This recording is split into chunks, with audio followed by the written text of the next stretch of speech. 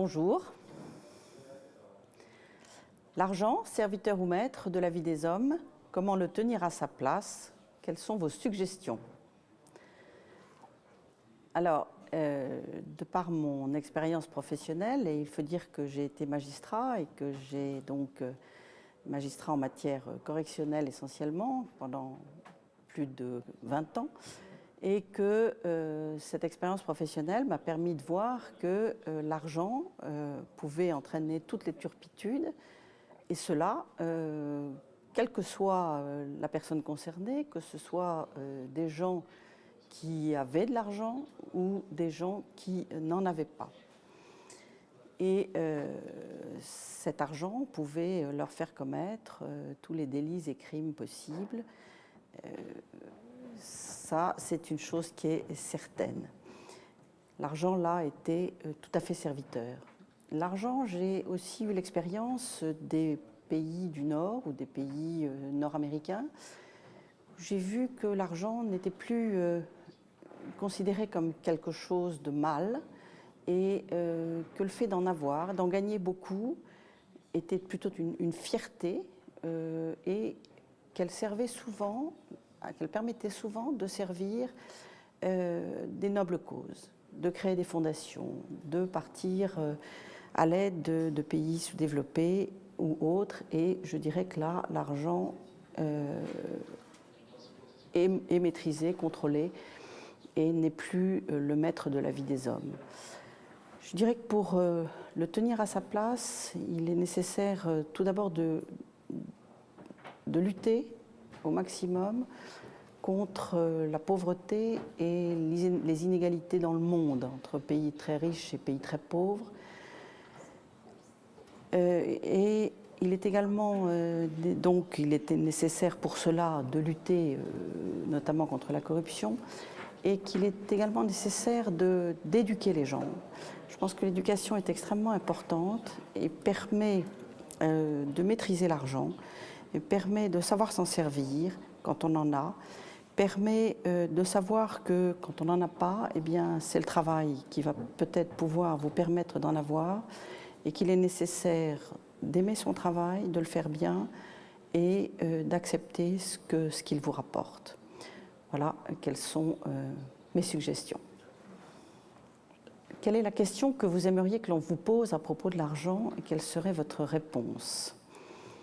Alors j'avais pensé à, puisque je participe essentiellement aux tables rondes sur la corruption et sur la grande criminalité, j'avais pensé à la question suivante, c'est est-ce que le pouvoir n'est pas finalement un agent beaucoup plus corrupteur encore que l'argent? Et là, bien souhaitant effectivement qu'on me pose cette question, c'est parce que je souhaite y répondre positivement.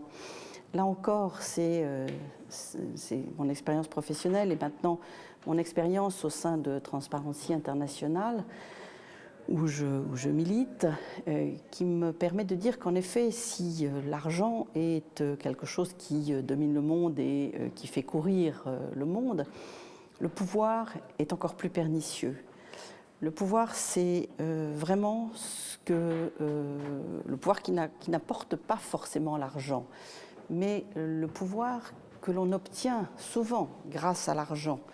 Donc grâce quelquefois à des criminalités souterraines, à des chantages, à de la corruption, ce pouvoir est quelque chose qui est encore plus pernicieux, encore plus peut-être dangereux, car il fait perdre aux hommes toute notion de la réalité.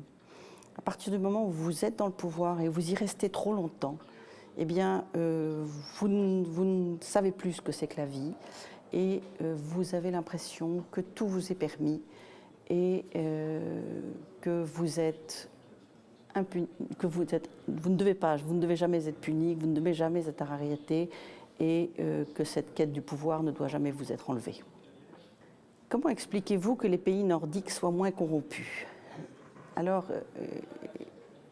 il est vrai que, en qualité de Transparency International France, j'ai parlé hier d'un indice de perception de la corruption dans lequel la France n'était pas particulièrement bien placée, ni l'Italie, ni l'Espagne, ni la Grèce, enfin tous ces pays du sud de l'Europe, par rapport aux pays du nord de l'Europe, qui sont tous en tête finalement de notre indice des pays les moins corrompus.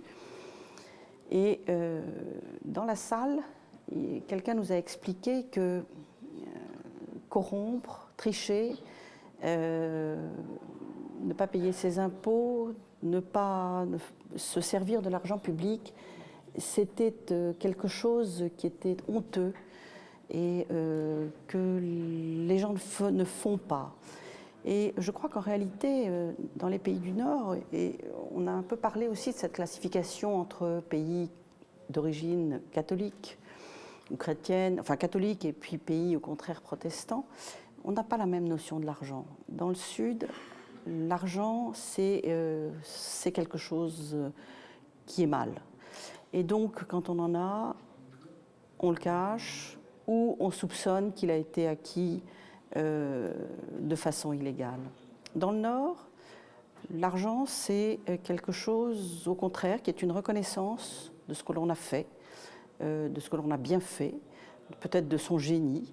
Et on n'hésite pas à dire qu'on en a, à dire ce qu'on en fait et quelquefois à l'utiliser de façon extrêmement utile et pour les autres.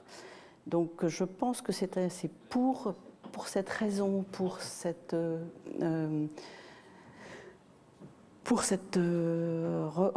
regard vis-à-vis de l'argent, qui est extrêmement différent entre le Sud et le Nord, que certainement la corruption est moins étendue.